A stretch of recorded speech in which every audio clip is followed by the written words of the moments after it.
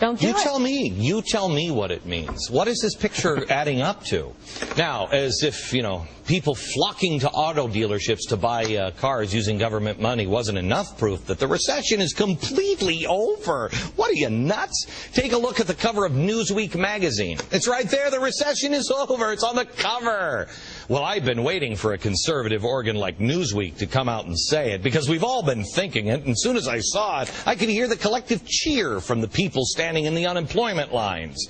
And they just went home. I mean, they're like, the storm is over, No 9.5% unemployment to see here. No, keep moving, people. Everything's great. Never mind that the first 12 months of the U.S. recession saw the economy shrink more than twice as much as previously estimated. America, your pain is over. Let the healing begin. Let's have a Bud Light together and a really big picnic table. Peter Schiff is here to take the shine off of that rose, the president of Euro-Pacific Capital and the author of the book Crash Proof, How to Profit from the Coming Economic Collapse. I don't even know where to begin, Peter. Well, Glenn, the recession might be coming to an end. The problem is the depression is just getting started. Yeah, you know what? I've been saying this on the radio show for a while, and America, I need you to hear this clearly.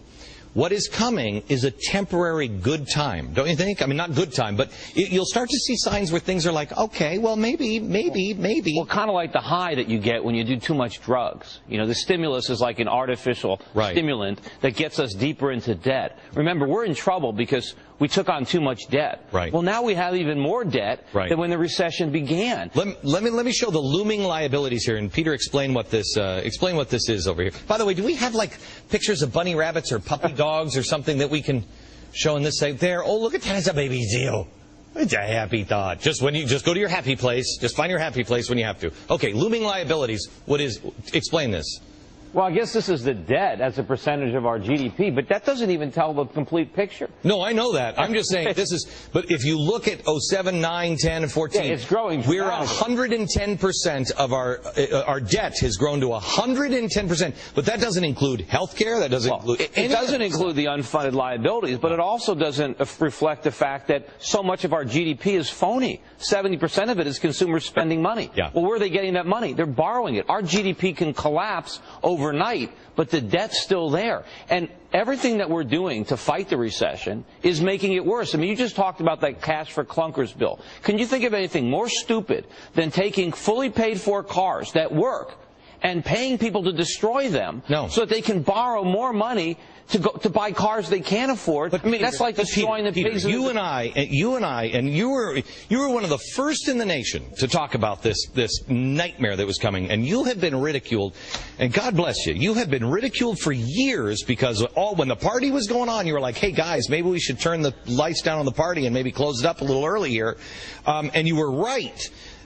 You and I both know that if we stop spending, if the government stops spending, because this is all bogus now, we're toast. So what these weasels in Washington are doing is doing the same thing that they did in the former Soviet Union. You let the party go as long as you can till the transformation of this nation is ready, and then you transform it into something else. Well, maybe if we stop spending, the politicians are toast, but we're toast if we keep spending. The only way to get a real recovery going is to do the opposite of what we did to get into this mess. We have to start saving, we have to start producing, and we can't do that if the government is force-feeding more debt into the economy. Okay, Peter, somebody asked me today, they said, Glenn, I know you hate all the politicians and everything else. Who do you believe in? Who do you trust?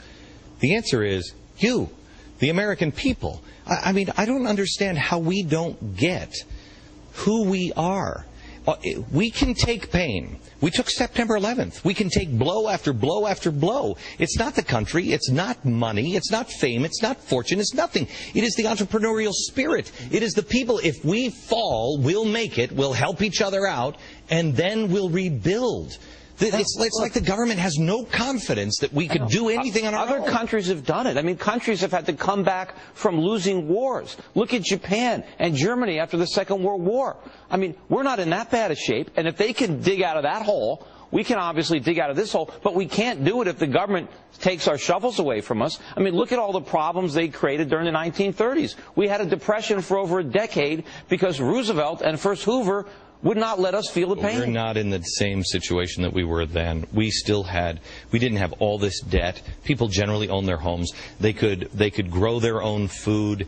I mean, sure. And we had an engine being built, too. We are potentially in a worse situation because we're starting off from a more vulnerable position, and the government... We're literally crushing our engines and sending it to China.